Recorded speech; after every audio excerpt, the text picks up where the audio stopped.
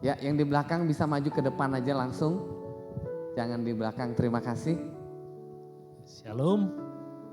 Shalom. Selamat malam Bapak Ibu serta saudara-saudara sekalian. Malam ini saya akan menyampaikan semacam seminar pendek ya, mengenai pekerjaan, karir dan panggilan hidup. Nah, ini sesuatu yang sangat-sangat penting sekali untuk kita pahami sebagai umat manusia. Saya akan mulai presentasi saya dengan sebuah kutipan yang saya ambil dari seorang yang bernama Carlyle. Carlyle mengatakan begini, "Blessed he that has found his work. Let him ask no other blessedness." Kalau saya terjemahkan, diberkatilah mereka yang telah menemukan pekerjaannya dalam tanda kutip. Dan kalau dia sudah menemukannya, kalau saya terjemahkan secara bebas, dia tidak perlu untuk meminta keberkatan yang lainnya. Nah, itu. Dia nggak perlu lagi meminta keberkatan yang lainnya. Jadi penting sekali sih sebenarnya bagi kita sebagai umat manusia untuk mengetahui tempat di mana Tuhan sebenarnya memanggil kita. Dan kalau bisa tempat Tuhan memanggil kita itu berimpit dengan pekerjaan kita, dengan karya kita di dunia ini. Nah, saudara-saudara sekalian, yang perlu saudara ketahui adalah bahwa di dalam hidup ini ada dua keputusan besar yang perlu dibuat oleh manusia, yang perlu kita buat di dalam hidup ini sebagai manusia. Dan dua keputusan besar tersebut adalah pertama, siapa yang harus kita nikahi. Itu sesuatu yang sangat-sangat penting sekali saudara-saudara sekalian. Ini keputusan yang sangat-sangat krusial. Jikalau kita benar di dalam memilih pasangan hidup kita, benar memilih siapa suami kita, siapa istri kita, maka kehidupan kita itu akan diwarnai dengan lebih banyak kebahagiaan. Bukan berarti tidak ada kesusahan, bukan berarti tidak ada kesedihan. Yang namanya pernikahan yang paling bahagia itu pasti ada sisi-sisi negatifnya. Pasti ada saat-saat di mana katakanlah mereka-mereka yang terlibat di dalam pernikahan itu mengalami ya duka cita, kesedihan, kekecewaan. Tetapi kalau yang kita pilih itu adalah orang yang tepat, kadar penderitaannya itu jauh lebih kecil dibandingkan dengan kadar kebahagiaannya. Sebaliknya kalau kita salah di dalam memilih pasangan hidup, justru yang akan kita alami adalah kebalikannya. Kadar penderitaan yang akan kita alami itu jauh lebih besar daripada kadar kebahagiaan yang kita alami. Itulah sebabnya untuk memilih pasangan hidup itu kita tidak boleh sembarangan. Untuk memilih pasangan hidup itu kita harus banyak berdoa, harus banyak berpikir, harus banyak minta nasihat supaya kita tidak salah dalam memilih pasangan hidup. Nah, itu hal pertama, keputusan besar yang harus dibuat oleh manusia itu pertama-tama siapa yang harus mereka nikahi. Karena ketika kita menikah, di dalam kekristenan tidak ada yang namanya turning point, titik balik.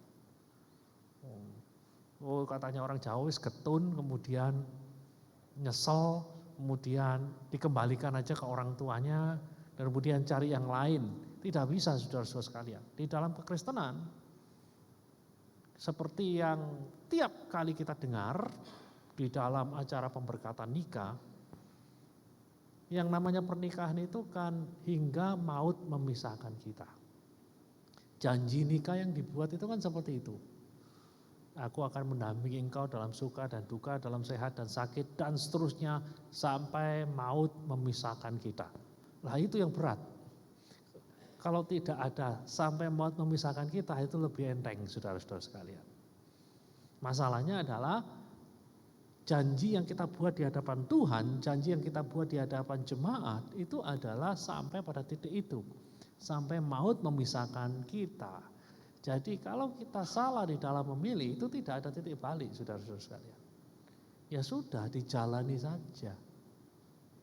Nah, saudara-saudara sekalian, itulah sebabnya keputusan untuk memilih pasangan hidup ini bukan keputusan main-main.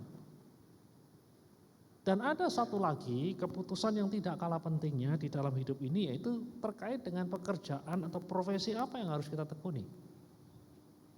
Nah, itu sesuatu yang juga tidak kalah pentingnya untuk betul-betul kita seriusi dalam hidup ini.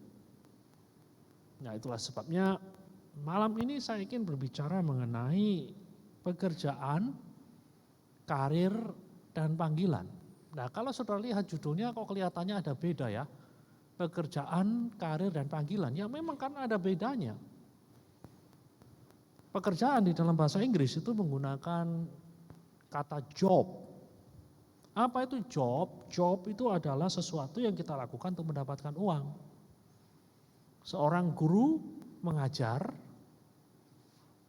dan dia punya job sebagai seorang guru, sesudah dia melakukan tugasnya dia mendapatkan uang.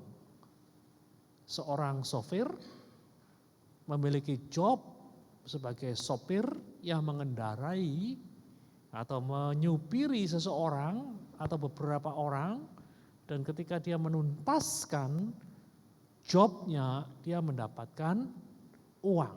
Jadi job adalah sesuatu yang kita lakukan untuk mendapatkan uang. Pedagang menjual barang, membeli barang untuk mendapatkan uang. Jobnya adalah sebagai pedagang. Nah itu. Dan petani menanam, merawat tanamannya, dan kemudian memanen, menjual hasil panennya, dan mendapatkan uang. Itu job dari seorang petani. Jadi sekali lagi yang disebut dengan job, pekerjaan adalah sesuatu yang kita lakukan untuk mendapatkan uang. Nah, selain job ada apa yang disebut dengan nama karir. Apa bedanya job dengan karir? Karir adalah sesuatu yang kita lakukan bukan semata-mata untuk mendapatkan uang, melainkan untuk mendapatkan penghargaan dalam bentuk peningkatan status atau promosi. Nah, ini yang disebut dengan karir. Jadi karir itu levelnya lebih tinggi daripada job. Bukan hanya sekedar cari duit, tetapi ada hal yang lain di samping cari duit itu. Peningkatan status, promosi. Itulah sebabnya seseorang demi karirnya rela untuk bekerja bahkan di luar jam kerja yang telah ditentukan. Demi karirnya seseorang itu rela bekerja. Bekerja dalam tanda kutip, misalkan sekolah lagi. Setelah bekerja 8 jam sehari, dia ingin peningkatan status, dia sekolah lagi. Itu kan dalam tanda kutip kerja. Ada tambahan jam, sekolah lagi sampai jam 9 malam supaya dia dapat gelar yang lebih tinggi, dan ketika dia dapat gelar yang lebih tinggi, karirnya bisa semakin naik. Nah, ada beda di antara karir dan job. Kalau job itu hanya sekedar cari duit, tapi kalau karir itu bukan hanya sekedar cari duit, tetapi di dalamnya juga ada tujuan. Tujuannya apa? Peningkatan status, promosi, peningkatan martabat. Nah, itu yang disebut dengan nama karir. Nah, selain job dan karir ada hal yang ketiga yang nanti akan menjadi titik berat dari pembahasan kita pada malam ini. Yakni apa yang disebut dengan nama panggilan. Panggilan itu adalah sesuatu yang kita lakukan karena kita memang menyukainya. Bahkan bila tanpa ada bayaran, kita rela melakukannya. Karena kita yakin kita diciptakan Allah untuk melakukan hal tersebut. Jadi motivasinya bukan lagi duit, motivasinya bukan lagi karir, peningkatan status, peningkatan martabat, motivasinya di sini adalah karena dia tahu bahwa saya itu diciptakan Allah memang untuk jadi orang yang seperti ini. Jadi saya senang melakukan hal ini karena saya merasa saya dicipta Tuhan untuk melakukan hal yang seperti ini. Bahkan kalaupun tidak ada janji peningkatan status, bahkan kalaupun tidak ada bayaran, tidak ada insentif, saya dengan senang hati mau melakukannya. Itu yang disebut dengan nama panggilan hidup. Nah, kalau kita berbicara mengenai kepuasan dan kebahagiaan hidup, yang menjalani pekerjaan sebagai job, tentu yang paling sedikit bahagia. Yang paling sedikit bahagia itu ya gitu job. Jadi orang yang hanya sekedar kerja cari duit padahal itu nggak cocok dengan panggilan hidupnya. Dapat duit tetapi nggak puas itu. Atau ada juga orang yang punya karir yang baik, ya, tetapi itu nggak cocok dengan panggilan hidupnya. Memiliki sedikit kepuasan di atas job, tetapi kalau dibandingkan dengan mereka yang berimpit panggilan hidupnya dengan pekerjaan dan karirnya, ya itu tentu saja kebahagiaannya lebih rendah. Jadi yang paling tinggi kebahagiaannya adalah orang-orang yang di dalam hidupnya bisa menemukan panggilan hidupnya dan menjalani kehidupannya. Di dalam dunia ini ada banyak orang yang mungkin dari sudut pandang job, dari sudut pandang pekerjaan itu tergolong sukses. Punya kekayaan yang luar biasa. Tetapi hidupnya tidak bahagia, banyak. Demikian pula ada banyak orang yang punya karir yang cukup bagus tetapi juga tidak bahagia hidupnya. Seperti katakanlah orang yang bernama, bintang film yang bernama Robin Williams. Dia punya karir yang bagus. Dia memenangkan beberapa piala Oscar. Menjadi salah satu aktor dengan bayaran tertinggi di dunia. Namun kenapa dia harus mengakhiri hidupnya dengan bunuh diri? Padahal terkenal di mana-mana. Dan bukan hanya Robin Williams, ada banyak contoh-contoh orang di dunia ini yang dari sudut pandang job, dari sudut pandang karir itu sangat-sangat bagus sekali. Tetapi mereka tidak bahagia. Nah. Tapi kita lihat di satu sisi ada orang-orang yang kelihatannya sederhana. Tetapi dia tahu bahwa memang dia dipanggil untuk itu. Panggilan hidupnya jelas. Dan dia jalani panggilan hidup itu dan dia merasa bahagia terlepas dari kesulitan-kesulitan yang harus dia hadapi. Salah satu contohnya yang ingin saya tampilkan pada malam ini muncul di dalam video klip pendek sekitar 5-7 menit. Coba kita lihat bersama-sama.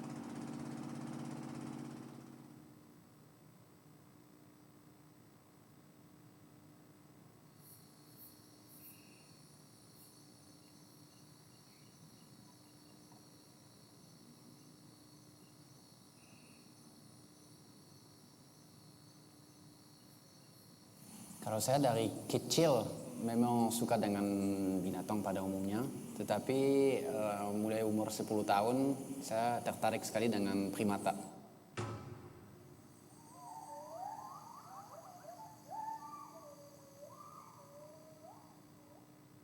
Saya menghabiskan selama 5 tahun, setiap hari Rabu, hari Sabtu kalau saya tidak sekolah, saya hanya duduk di depan kandangnya untuk memahami mereka. Tapi cepat sekali lahir rasa bosan bekerja di kebun binatang. Jadi dari awal mulai sudah merasa kalau saya mau bantu uak itu harus di alam, harus dengan uak yang sebenarnya yang di hutan sana itu di Asia gitu. Dan rencana awal hanya mau fotokopi bukunya dan dibagi begitu. Tapi saya telepon editor, publisher, dia publikasi buku saya. buku ini sangat berperan besar dalam hidup saya karena ada satu orang yang namanya Muriel Robin, satu artis yang sangat terkenal di Prancis. Dia membaca artikel tentang si anak muda itu yang tulis buku dan dia telepon publisher saya dan dia hanya mengatakan, kamu mau berangkat menyelamatkan uak di Asia, kamu berangkat, aku akan support, aku akan danain. Kalau hal seperti itu bisa terjadi, saya tidak usah takut lagi dengan masa depan. Saya harus nggak usah mikir panjang, berjuang demi uaknya. Saya 17 tahun, saya berangkat ke Thailand. Saya menghabiskan 3 bulan ya di hutan untuk pertama kali melihat uak di alam. Saya menyadari bahwa segala sesuatu yang saya pernah pelajari sebelumnya di kebun binatang tidak berlaku.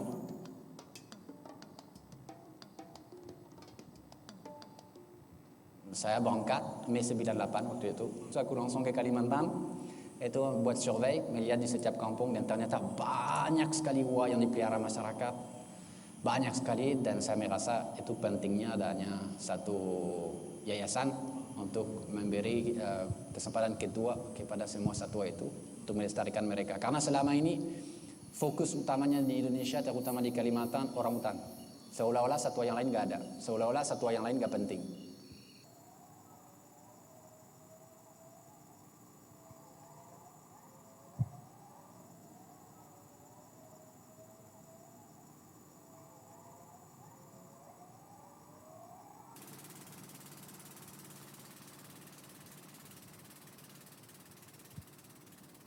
September 99 pemerintah tanda tangan MOU saya.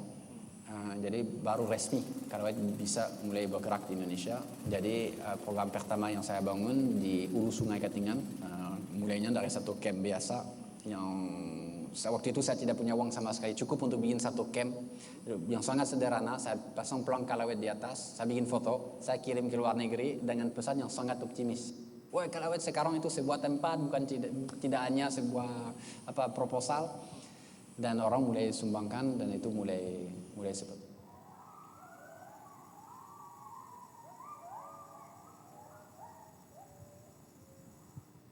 Untuk coba menyelamatkan uak atau satwa liar, karena sekarang tidak hanya uak, semua satwa liar yang perlu pertolongan. Perlu pertolongan karena menjadi korban dari pembukaan lahan, mereka tidak punya habitat lagi. Atau mereka ditangkap untuk dijual sebagai satwa peliharaan. Tetapi yang saya ingin tegaskan bahwa nilai konservasi adalah menyelamatkan satu jenis dari kepunahan. Tapi di Kalawaet kita juga peduli terhadap setiap individu, setiap uak, setiap satwa punya kepribadian tersendiri. Kita harus mengenal setiap individu kalau kita ingin mereka satu hari bisa kembali ke alam, atau hanya untuk meningkatkan kesejahteraan mereka.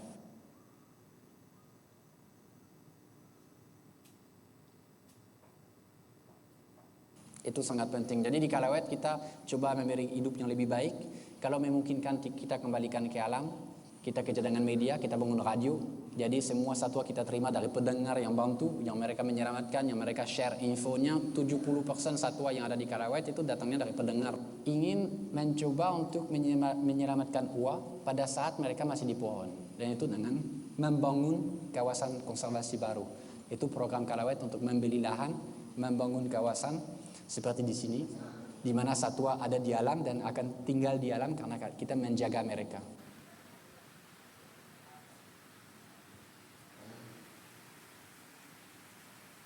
Sebenarnya kecintaan saya terhadap satwa liar dan uak itu langkah pertama. Tapi yang terpenting adalah saya tidak akan bisa membangun Kalawaet di satu negara yang saya tidak suka. Saya membangun hidup saya di sini kan. Saya bergaul dengan orang sini. Saya juga dari dulu saya pengen tidak dilihat lagi sebagai orang bule, pengen diterima sebagai Shani, titik. Dan otomatis saya ketemu orang, saya jatuh cinta dan saya ketemu istri saya dan membangun keluarga saya di sini karena di sini rumah saya, Kalimantan rumah saya.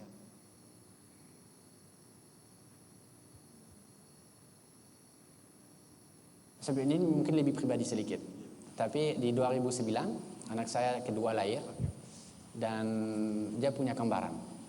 Kembarannya kan meninggal, dikubur di Kalimantan. Dalam hati saya tidak bisa membayangkan satu hari saya bisa diusir dari Kalimantan, di mana tanah di mana saya kubur anak saya sendiri.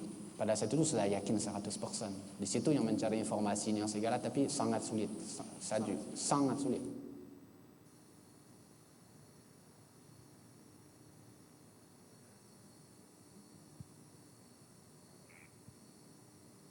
Dan sekali lagi saya sedang menjalankan mimpi saya waktu saya kecil. Nah, Bapak-bapak, ibu-ibu serta saudara-saudara sekalian, video klip yang baru saja saya tampilkan itu adalah sepenggal dari kisah hidup seorang Prancis yang bernama Aurèle Briand.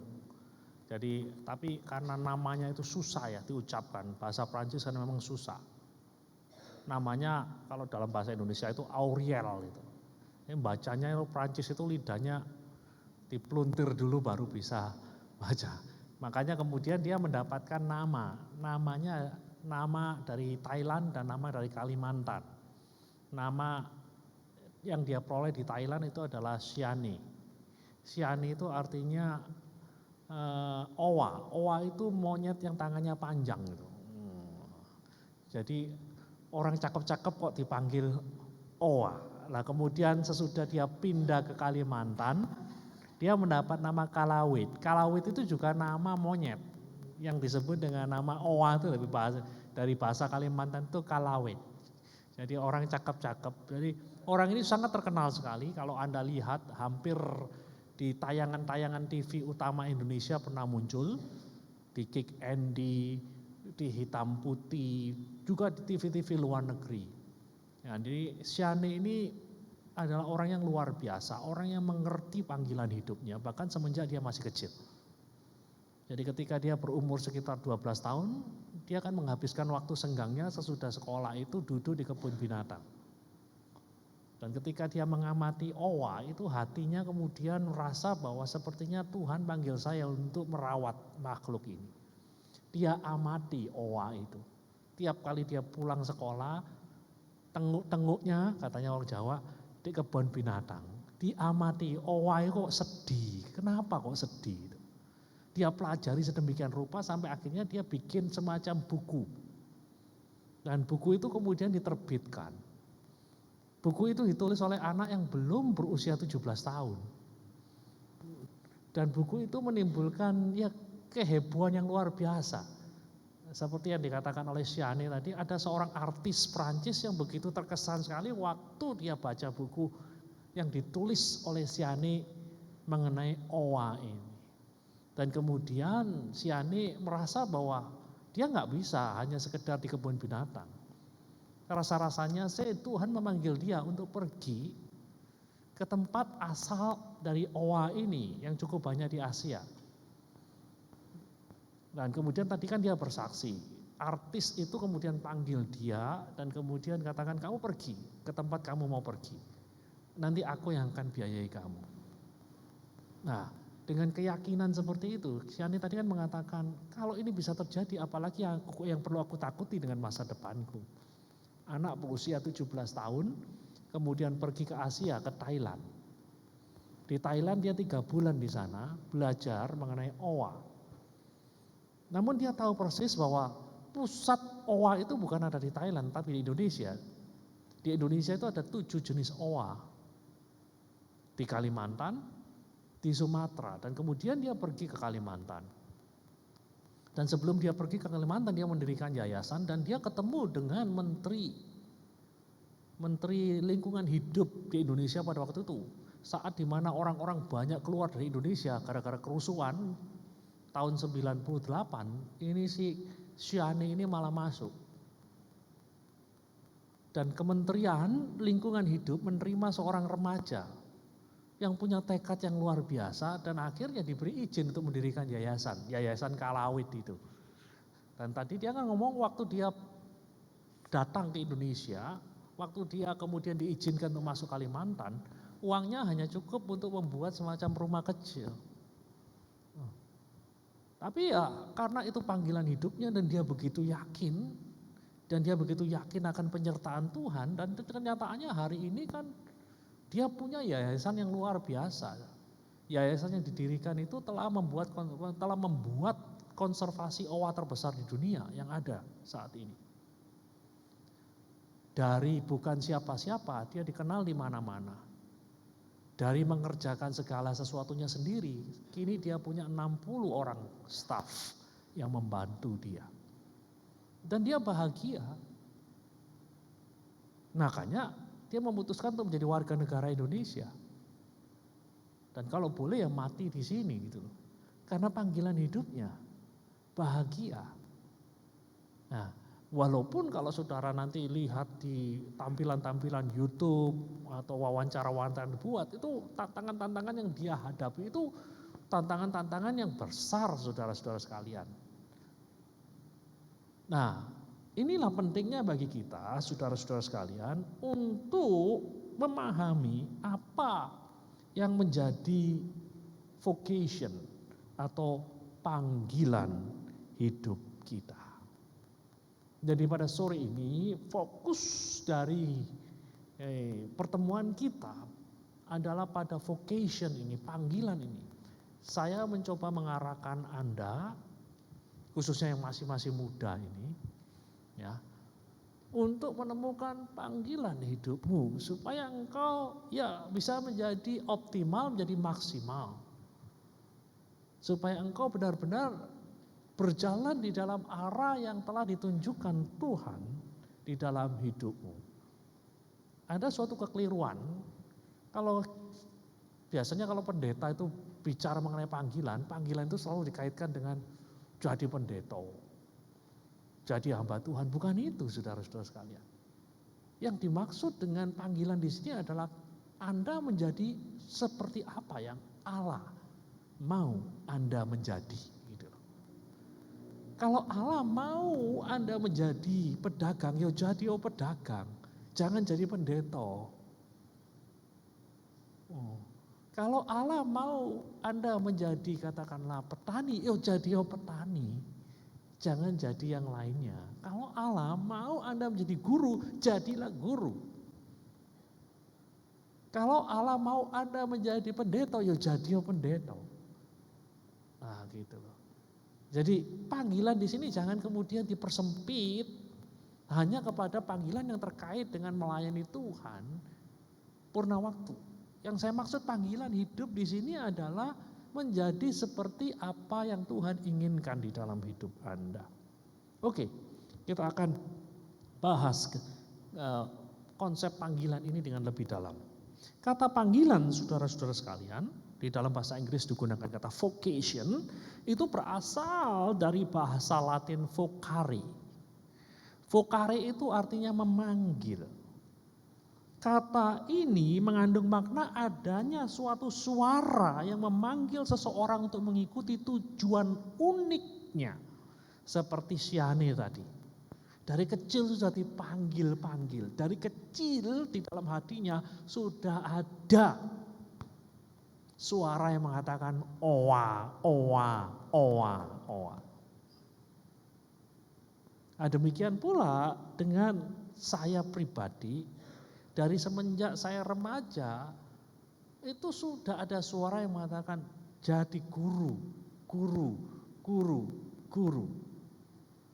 Ada suara yang kuat sekali yang mengarahkan saya untuk menjadi seorang guru.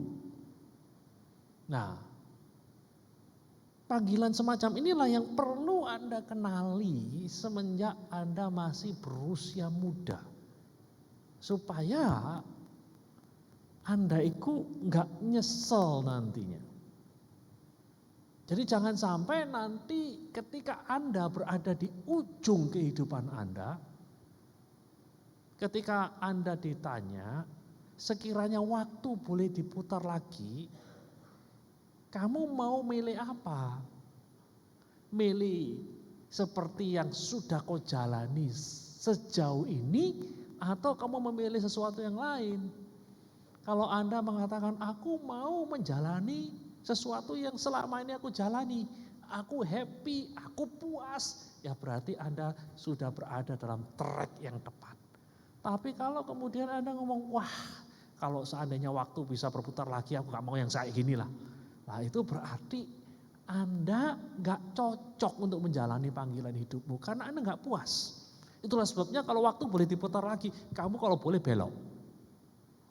Nah saudara-saudara sekalian, Panggilan ini berbicara mengenai suara yang memanggil seseorang untuk mengikuti tujuan unik yang Tuhan telah tetapkan di dalam hidupnya.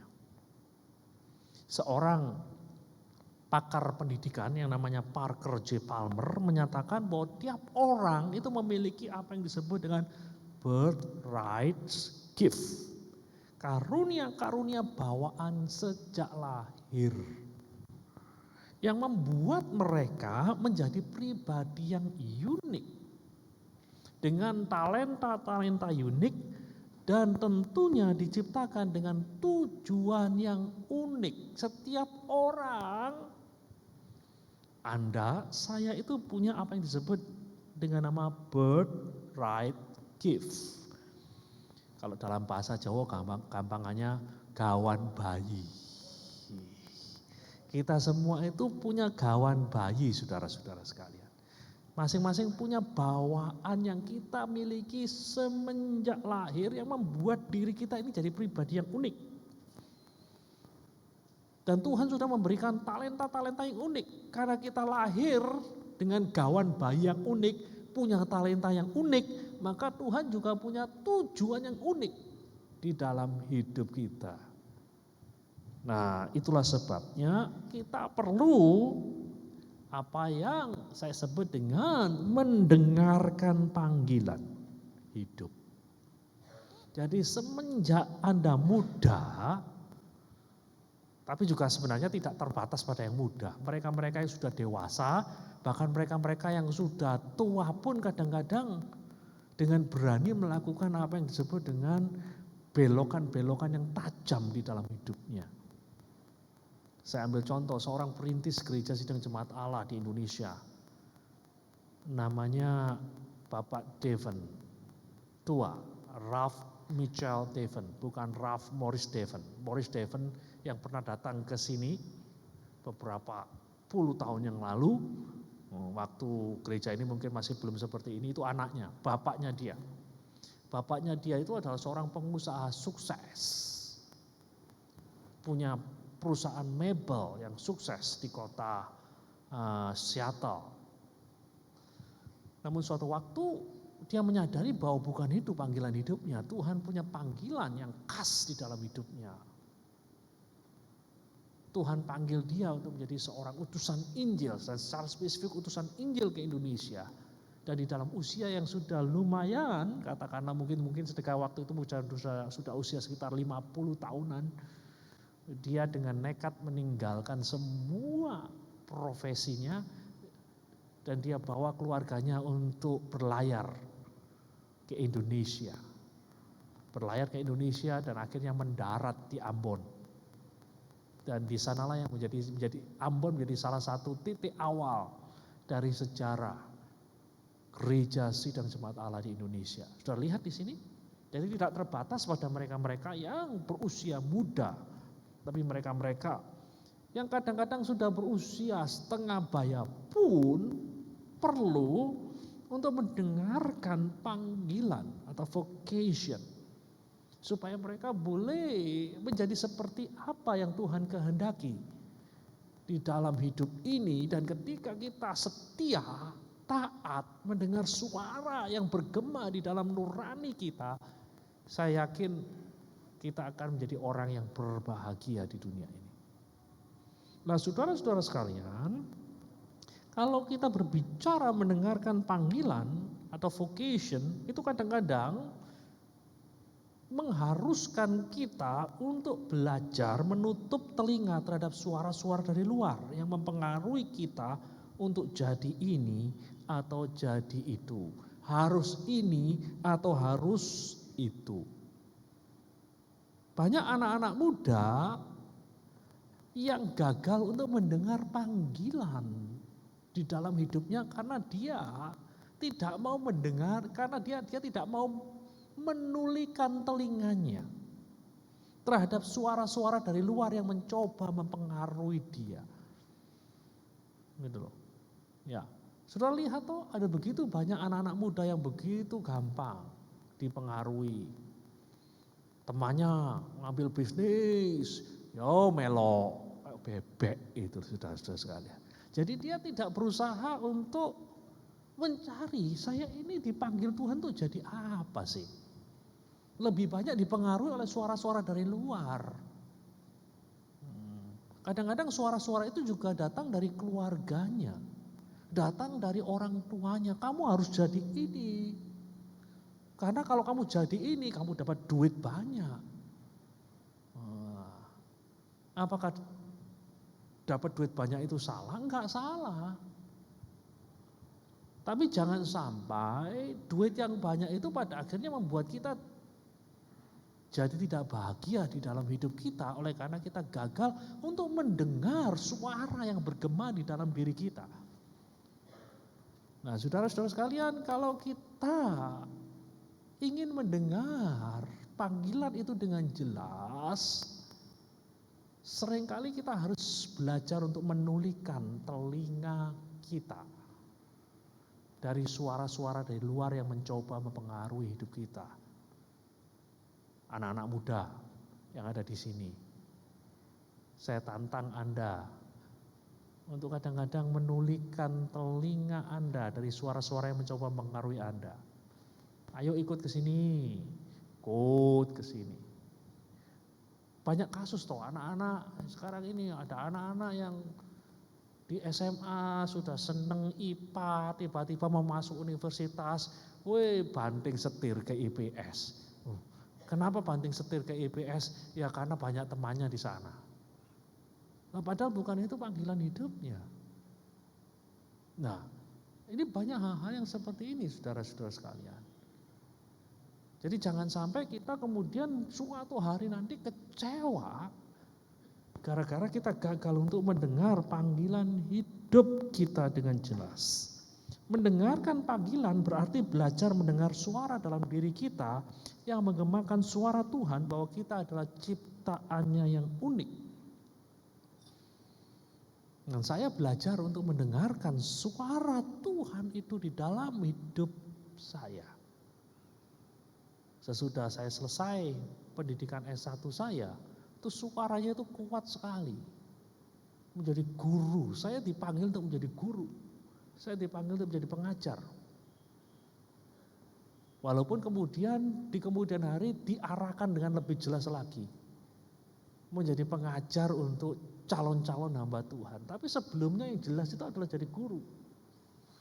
Dan saya belajar untuk menulikan telinga saya dari pengaruh-pengaruh dari luar yang mencoba untuk membelokkan saya. Entah itu dari orang tua saya, atau dari lingkungan masyarakat yang ada di sekeliling saya. Ada tawaran-tawaran pekerjaan yang lain yang saya terima setelah saya lepas dari university. Tawaran-tawaran yang menjanjikan karir yang baik. Tapi tiap kali saya berdoa, Tuhan jelas sekali berbicara, itu bukan tempatmu. Saya mau ke pabrik, suara itu kuat sekali berbicara di dalam batin saya waktu saya ada di dalam kendaraan. Ngapain kamu ke situ? Itu bukan tempatmu. Dan itu yang saya pergumulkan sekitar 2 tahun. Dan seperti halnya Siani merasa dipanggil untuk perawat OA dan ada orang yang peduli sama dia. Ada orang yang peduli sama dia yang memampukan dia untuk pergi ke Asia. Hal yang sama juga terjadi di dalam diri saya. Ketika saya menolak tawaran untuk bekerja di sini, perusahaan ini, perusahaan situ, Tuhan buka jalan. Tuhan buka jalan. Tuhan buka jalan, saya bisa mengajar dengan gaji yang mungkin tidak kalah dengan kalau saya bekerja di sebuah perusahaan. Nah, disitulah pentingnya bagi kita untuk mendengarkan suara itu. Dan ada rasa bahagia yang luar biasa. Ketika saya menolak tawaran, sorry loh, saya nggak bisa kerja di sini. Saya kehilangan pekerjaan yang sebenarnya dicari oleh banyak orang, tapi pada saat yang sama hati saya merasakan, plong, rasa bahagia. Boleh nggak nggawa opo-opo katanya orang Jawa. Tetapi ada rasa bahagia yang luar biasa. Dan di kemudian hari selanjutnya saya merasakan bagaimana Tuhan membackup pilihan-pilihan saya. Bagaimana Tuhan tidak mempermalukan saya dengan pilihan-pilihan yang saya buat demi mendengarkan apa yang saya sebut dengan vocation, panggilan hidup itu. Nah, saudara-saudara sekalian, sekali lagi, vocation itu menuntut agar kita mendengarkan panggilan, mendengarkan suara Tuhan yang terus bergema di dalam diri kita dan mengingatkan kita bahwa kita punya tempat yang unik di dalam rencana agung ilahi. Nah, saudara-saudara sekalian, kalau kita berbicara mengenai panggilan, ya kita lihat di situ. Panggilan itu berbicara mengenai suara yang mengarahkan kita agar benih-benih apa yang saya sebut dengan gawan bayi tersebut bisa terus bertumbuh dan menghasilkan buah di dalam kehidupan kita. Nah, seperti siane tadi, saudara-saudara sekalian, dia pupuk itu sehingga pada akhirnya semakin lama semakin kuat. Dan hal yang sama juga saya alami ketika saya berusaha untuk mendengarkan panggilan itu dan tahu bahwa itu adalah apa yang saya sebut dengan birthright gift, karunia-karunia bawaan itu, maka saya bisa merasakan bahwa itu terus bertumbuh di dalam kehidupan saya sebagai manusia. Nah, saudara-saudara sekalian, ada suatu cerita yang menarik. Cerita menarik yang muncul di kalangan para rabi Yahudi. Ada seorang yang bernama Rabi Susa. Rabi Susa pernah berkata seperti ini, dalam zaman yang akan datang mereka tidak akan bertanya kepadaku, mengapa kamu tidak menjadi seperti Musa? Melainkan mengapa kamu tidak menjadi Susa? Susa itu namanya dia. Nah, saudara-saudara sekalian, di dalam zaman yang akan datang, Tuhan tidak akan bertanya kepada saya, Gani, mengapa kamu tidak jadi seperti katakanlah pendeta seperti ini? Katakanlah pendeta besar seperti Rick Warren gitu. Nah, Tuhan akan bertanya seperti ini, mengapa kamu tidak menjadi Gani? Nah, seperti ini, orang Yahudi, Rabi ini mengatakan Musa adalah tokoh besar dan setiap orang ingin jadi seperti Musa. Tapi menarik sekali perkataan dari Rabi Susa ini. Rabi Susa mengatakan di dalam zaman yang akan datang mereka tidak akan bertanya kepadaku mengapa kamu tidak seperti Musa. Melainkan mengapa kamu tidak menjadi Susa, tidak menjadi dirimu sendiri. Nah, pertanyaan itu yang perlu kita tanyakan di dalam diri kita, dalam diri kalau kita orang tua, dalam diri anak-anak kita itu. Jadi biarlah anak-anak kita menjadi seperti apa yang Tuhan inginkan. Jadi jangan sampai anak-anak kita ini menjadi apa yang saya inginkan. Sebagai orang tua kita tentu menginginkan sesuatu. Tapi belum tentu apa yang kita inginkan itu berimpit dengan apa yang Tuhan inginkan. Jadi ini yang penting sekali. Jadi jangan sampai kemudian anak-anak kita kelihatannya sukses tapi stres. Tetangga-tetangga kita bertepuk tangan tetapi yang jalani hidup ini tertekan. Karena bukan itu panggilan hidup saya. Sebenarnya panggilan hidupnya jadi katakanlah jadi seniman, tapi dipaksa orang tuanya jadi artis. Gitu loh. Sukses gitu loh. Tetapi tidak bahagia karena panggilannya menjadi seorang pelukis lah katakan. Panggilan hidupnya katakanlah menjadi seorang ilmuwan tapi dipaksa jadi tentara. Sukses tetapi tertekan. Nah, saudara-saudara sekalian, jadi jangan sampai kita seperti itu. Jadi dengar baik-baik apa yang dikatakan oleh Rabi Susa. Di dalam zaman yang akan datang mereka tidak akan bertanya kepadaku, mengapa kamu tidak menjadi seperti Musa, melainkan kamu tidak menjadi seperti Susa. Nah, itu hal yang penting yang perlu untuk kita renungkan di dalam hidup ini. Dan sekarang secara cepat saya akan berbicara mengenai mitos-mitos mengenai panggilan. Hanya ada satu panggilan yang spesifik untuk dirimu dalam kehidupan ini. Itu mitos, saudara-saudara sekalian. Ini mirip dengan pandangan hanya ada satu wanita pria di dunia ini yang tercipta untukmu. Enggak, saudara-saudara sekalian. Jodoh itu ada di tangan siapa? Banyak orang dengan cepat mengatakan jodoh itu ada di tangan Tuhan. Tetapi kalau jodoh itu ada di tangan Tuhan, kalau terjadi perceraian, yang salah sopo? Wah,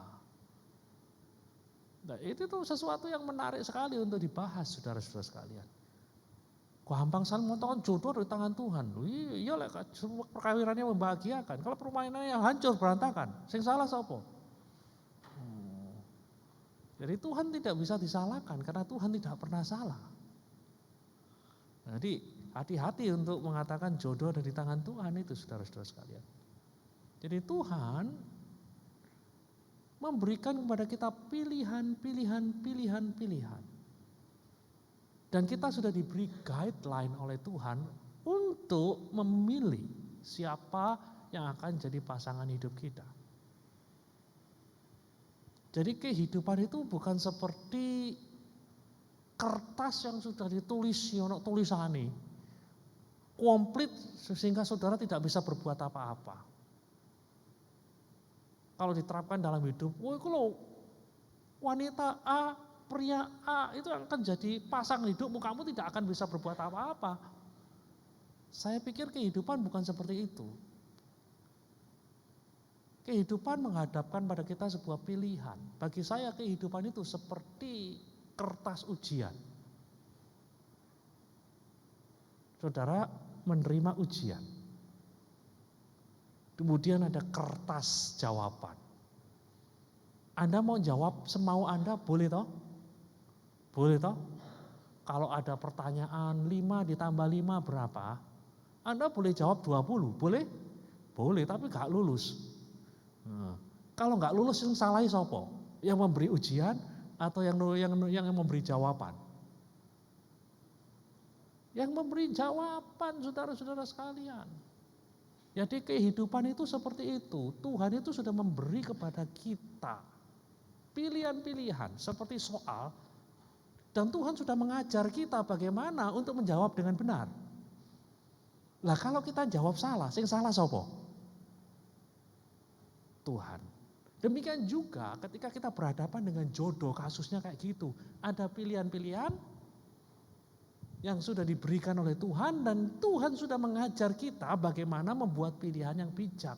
Lah kalau saudara milih salah, ya ojo salahkan yang ngajari. Demikian juga saudara-saudara sekalian, kalau kita berbicara mengenai panggilan, panggilan itu bukan seperti itu, bukan seperti pokoknya ya seperti katakanlah hanya ada satu wanita yang memang tercipta untukku yang sudah ditentukan semenjak awal zaman, bukan seperti itu saudara-saudara sekalian. Tapi ada A, B, C, D dan melalui pimpinan Tuhan, melalui pimpinan Roh Tuhan di dalam hidupmu, melalui istilahnya kedekatan engkau dengan Tuhan melalui firman-Nya, engkau bisa kenal mana sih yang akan menjadi panggilan hidupku. Itu yang penting untuk saudara-saudara sekalian. Jadi mitos yang pertama adalah hanya ada satu panggilan yang spesifik dalam hidupmu. Kamu ditakdirkan jadi guru. Enggak seperti itu saudara-saudara sekalian. Yang kedua, panggilan itu identik dengan job atau pekerjaan.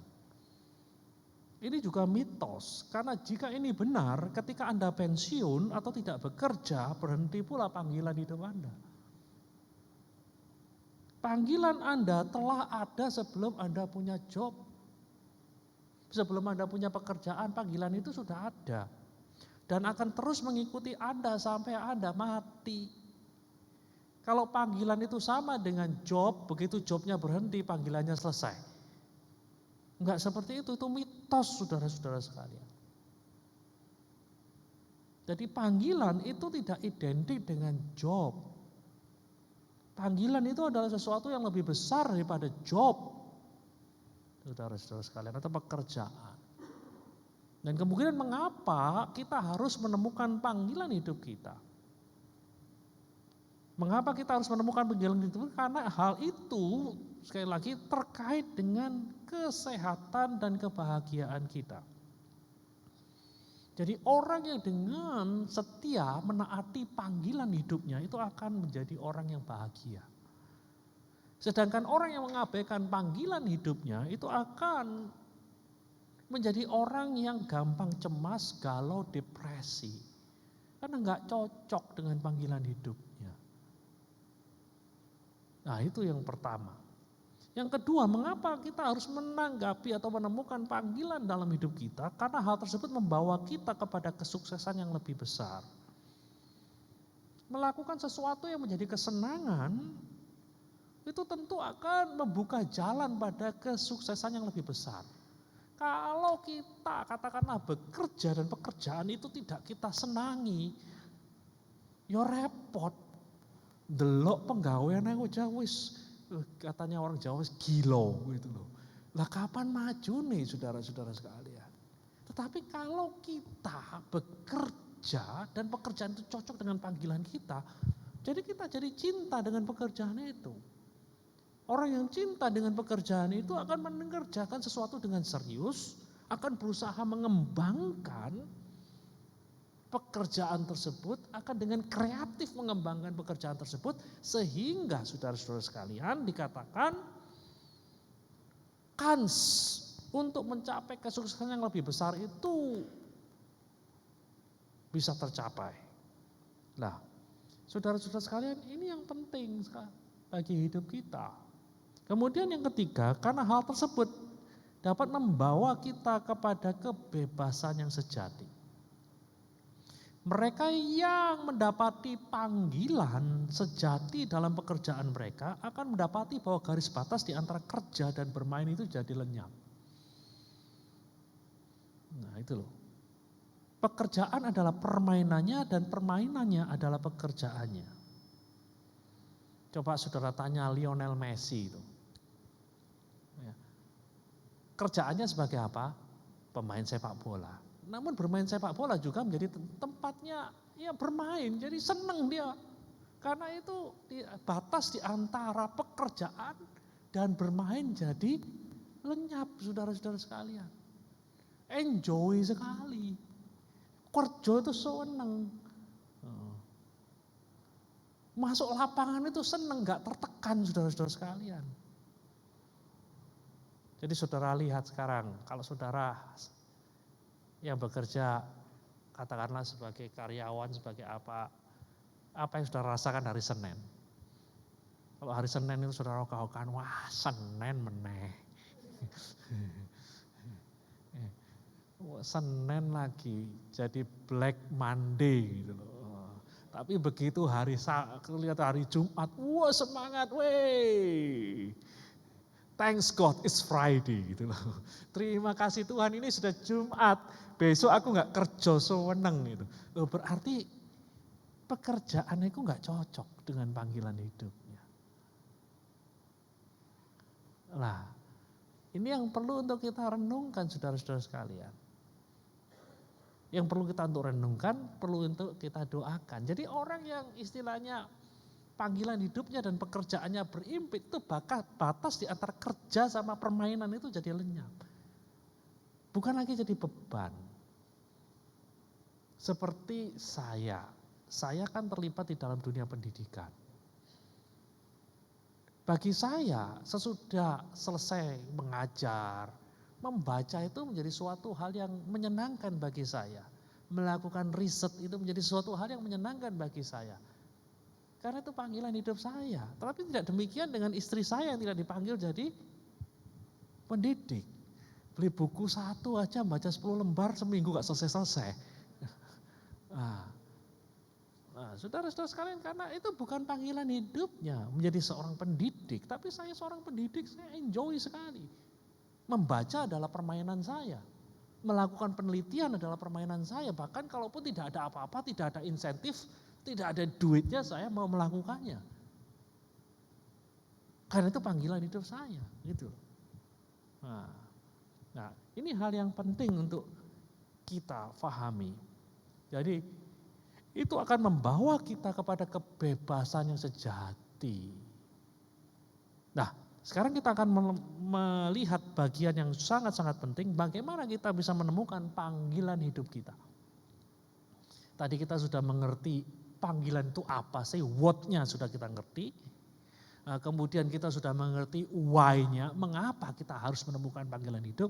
Nah, sekarang yang jauh lebih penting lagi, kalau sudah tahu what, sudah tahu why, yang berikutnya adalah how, bagaimana kita bisa menemukan panggilan hidup. Yang pertama, perhatikan rumus ini. Jadi, your true vocation itu kalau digunakan persamaan matematis adalah your gift plus your passion. Panggilanmu itu adalah jumlah dari talenta-talentamu plus hasrat atau gairahmu. Jadi bagaimana kita bisa tahu panggilan hidup kita? Terapkan rumus ini. Panggilan hidupku itu adalah mengikuti persamaan matematis seperti ini. Talentaku plus hasrat atau gairahku. Anda ingin jadi seorang penyanyi? Apakah panggilan Anda sebagai seorang penyanyi? Lihat dulu suaramu. Kalau suaramu parau, ya sudah pasti itu bukan panggilan hidupmu. Jadi jangan nekat jadi penyanyi, gak cocok. Karena itu bukan gawan bayi Anda. Gitu. Your true vocation itu adalah your gift, talentamu. Nah, itu talentamu apa?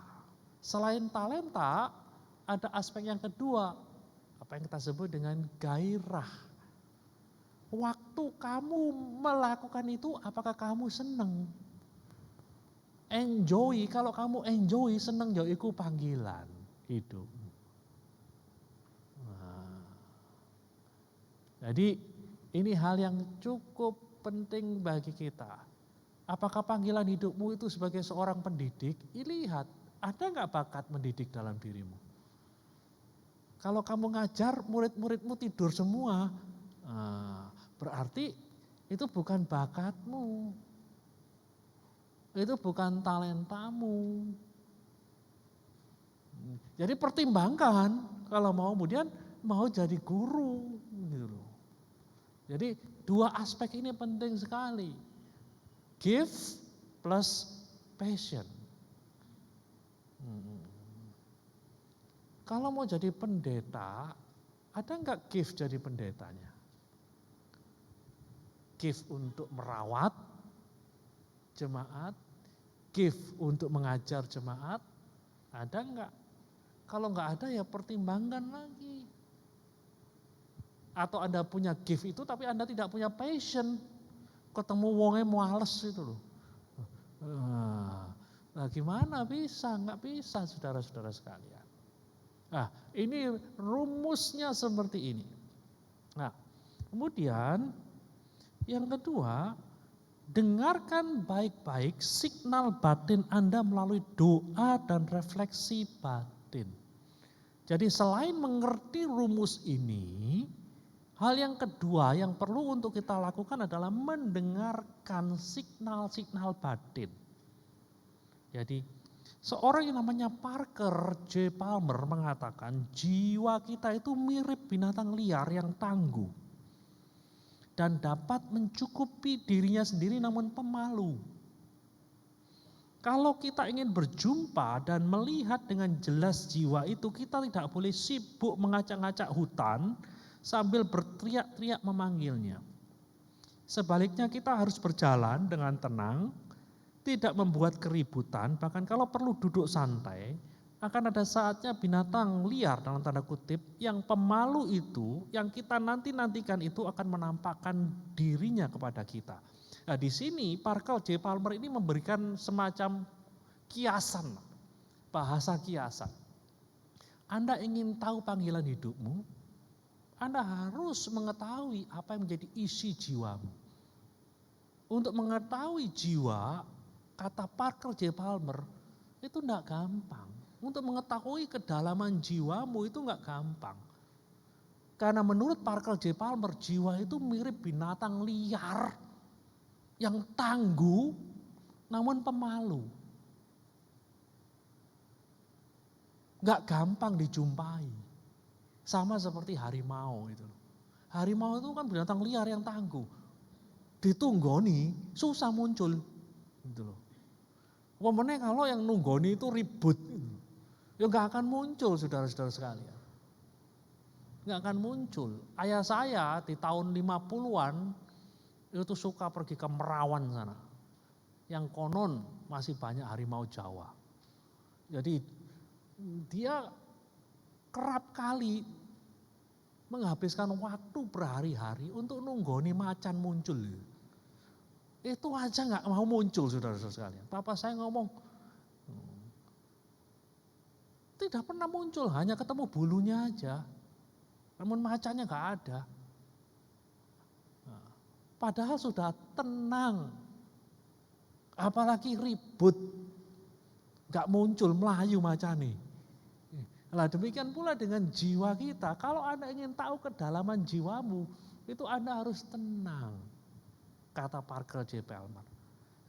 Tenang, di dalam doa kesendirian, bersendirian dengan Tuhan, akhirnya itu nanti akan seperti binatang liar yang akan muncul dan kita tahu, oh ini loh kedalaman jiwaku, ini loh panggilan hidupku. Jadi ada dua hal yang perlu kita lakukan supaya kita bisa untuk mengenali panggilan hidup kita. Yang pertama adalah gunakan rumus matematika tadi.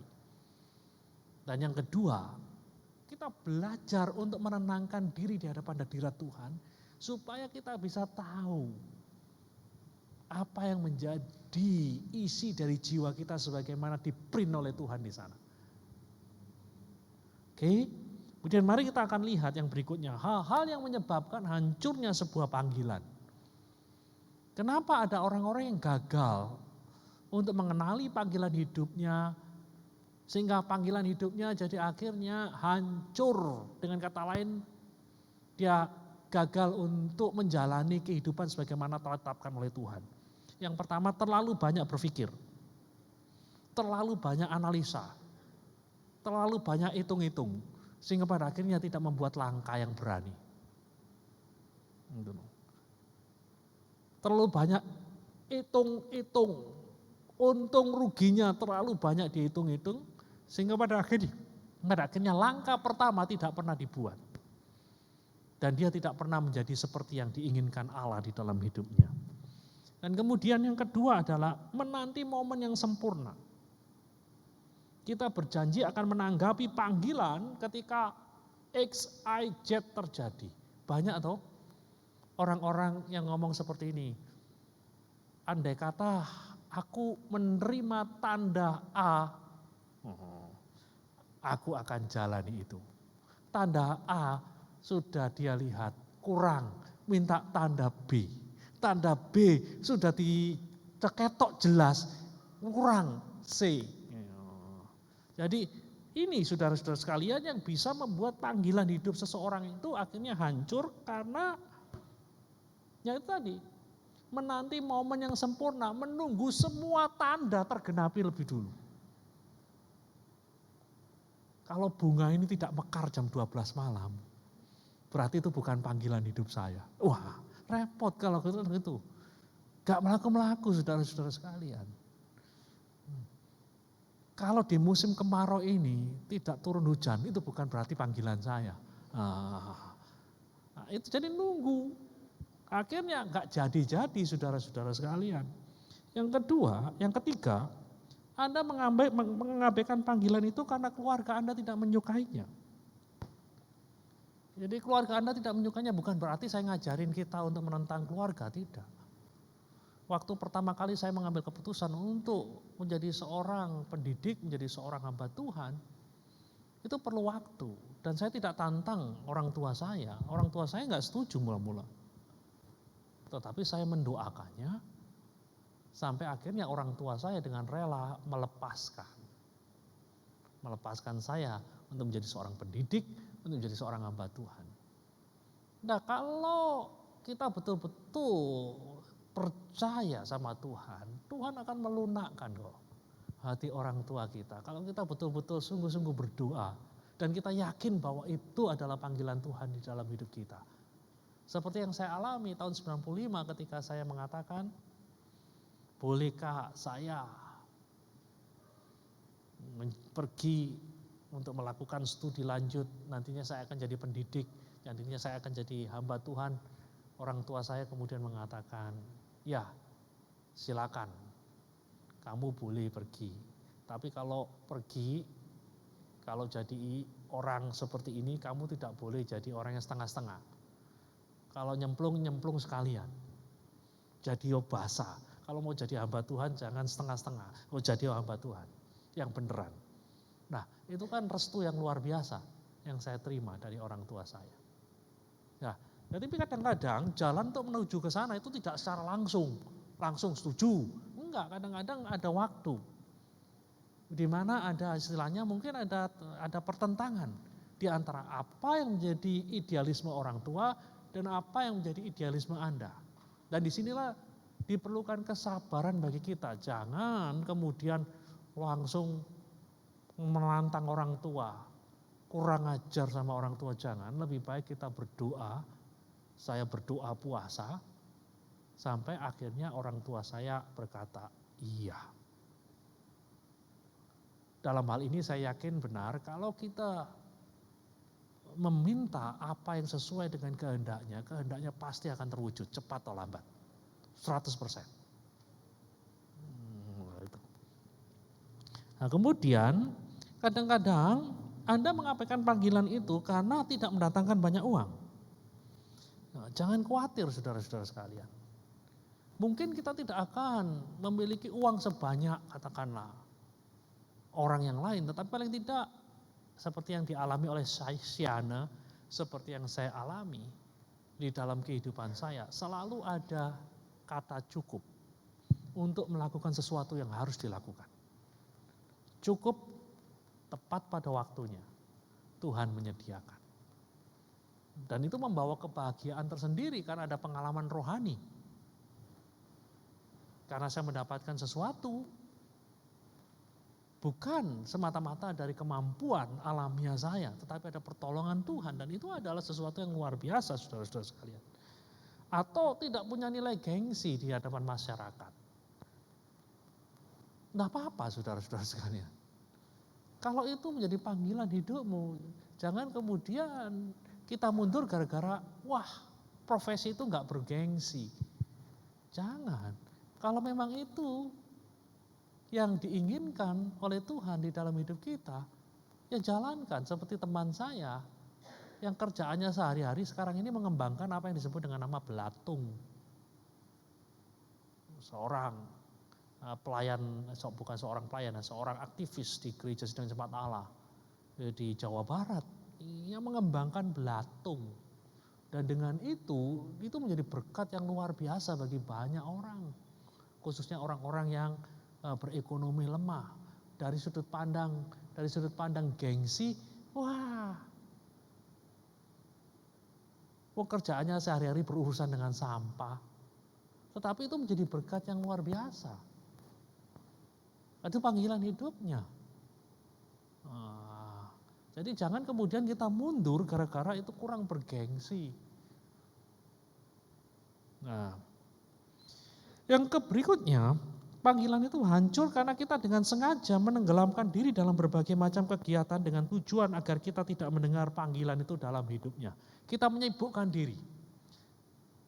Menyibukkan diri supaya panggilan itu enggak terdengar.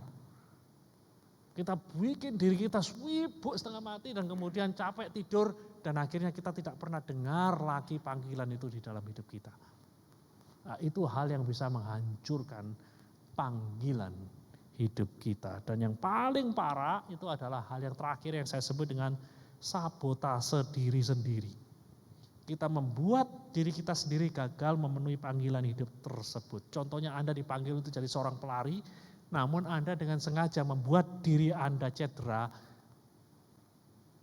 yang akhirnya membuat Anda tidak akan pernah jadi seorang pelari.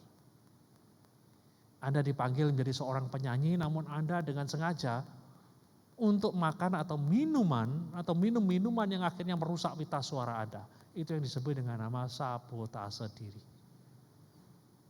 Dipanggil kok malah disabotase. Jadi jangan sampai kita mensabotase diri kita sendiri sehingga kita gagal menjadi seperti yang Tuhan inginkan di dalam hidup kita. Dan saya akhiri seminar kita pada hari ini dengan pernyataan dari seorang yang namanya Viktor Frankl. Dia mengatakan, everyone has his own specific vocation or mission in life. Setiap orang itu punya panggilan yang khusus dan misi yang khusus dalam hidup ini. Karenanya dia tidak dapat digantikan. Therein he cannot be replaced, nor can his life be repeated. Dan hidupnya juga tidak bisa diulangi. Saya berhenti sampai di situ saja. Ini perkataan Viktor Frankl. Dia mengatakan setiap orang dari antara kita itu punya panggilan yang spesifik. Misi yang spesifik di dalam hidup ini. Jadi oleh karenanya kita itu tidak bisa digantikan oleh orang yang lain. Dan hidup kita nggak bisa diulangi kalau kita gagal untuk memenuhi panggilan itu. Jadi pesan dari seminar pada hari ini adalah, ayo kita lihat diri kita melakukan apa yang disebut dengan nama self-assessment, penilaian diri kita. Kita itu sudah berada di dalam track yang tepat atau belum? Kalau Anda mengatakan, aku nggak tahu, ya sudah, seperti tadi kita cari hadirat Tuhan. Supaya kita bisa menemukan apa sih yang Tuhan inginkan di dalam hidup kita. Dan kalau kita sudah menemukan, oh saya harus ke sana, ya mohon pertolongan Tuhan supaya kita diberi kemampuan untuk ke sana. Dan kalau kita berada di dalam jalur yang Tuhan inginkan, saya yakin saudara akan menjadi orang yang bahagia. Dan di akhir hidup Anda, ketika Anda ditanya, apakah Anda menyesal dengan keputusan Anda? Anda mengatakan, tentu saja tidak. Anda akan berkata, jikalau hidup ini boleh diulang sekali lagi, saya akan menempuh jalan yang sama. Tuhan memberkati.